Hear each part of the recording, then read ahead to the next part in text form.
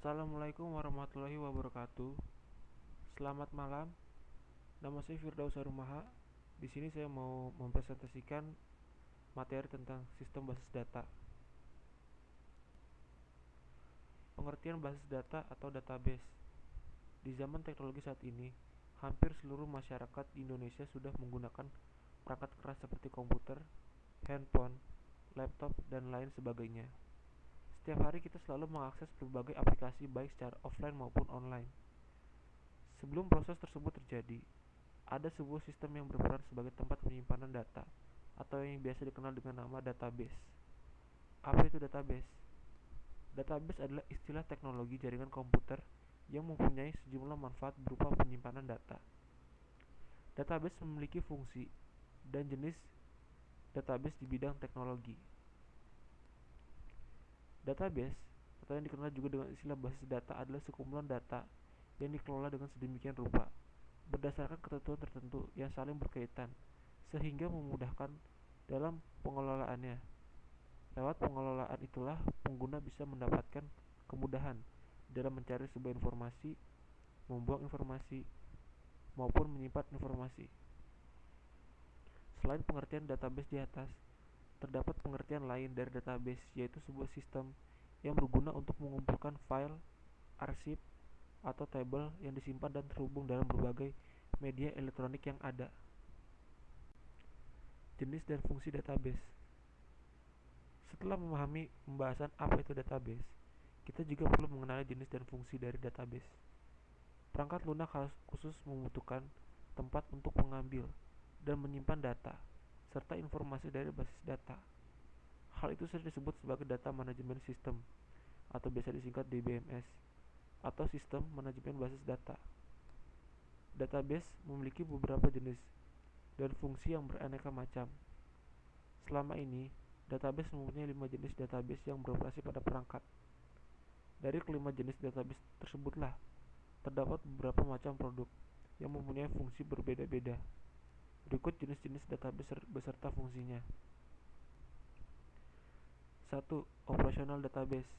Operational database atau biasa dikenal dengan nama database online transaction processing memiliki fungsi sebagai suatu tempat untuk mengelola data dinamis secara langsung dan real time. Jenis ini memungkinkan para penggunanya untuk bisa melihat, melakukan, dan memodifikasi data. Modifikasi data yang dimaksud yakni dengan cara menambah atau mengubah ataupun menghapus data secara langsung lewat suatu perangkat keras yang dipakai. 2. Database warehouse.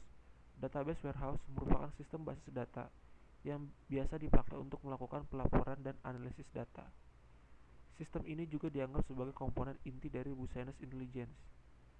Database warehouse yaitu repository sentral data yang terpadu yang berasal dari satu hingga lebih dari satu sumber yang berbeda. Database tersebut juga mempunyai suatu tempat untuk menyimpan data terkini, serta sejarah satu tempat yang telah dipakai untuk membuat sebuah laporan analisis. Data yang tersimpan di warehouse mulanya diunggah dari sistem operasi.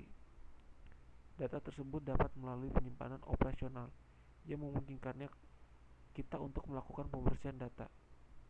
Proses tersebut digunakan sebagai operasi tambahan guna memastikan kualitas data sebelum dipakai di warehouse sebagai pelaporannya. 3. Distributed database.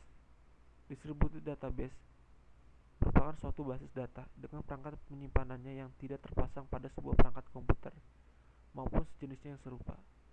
Basis data ini disimpan di sejumlah perangkat komputer yang terletak di tempat yang sama atau tersebar lewat jaringan komputer lainnya yang saling berkaitan. Sistem ini berbeda dengan sistem paralel yang terhubung erat dan bersistem pada data tunggal. Sistem ini terdistribusi lewat suatu situs yang tergabung dan tidak mempunyai sebuah komponen fisik. Melalui administrator, basis data bisa mendistribusikan sekumpulan data di sejumlah lokasi dengan letaknya yang berbeda yang berada pada server jaringan terorganisir. Dengan sistem yang cukup unik, basis data yang terdistribusi tersebut dapat meningkatkan kinerja bagi pengguna terakhir dan membiarkan transaksinya lewat proses mesin yang cukup banyak. 4. Relational database.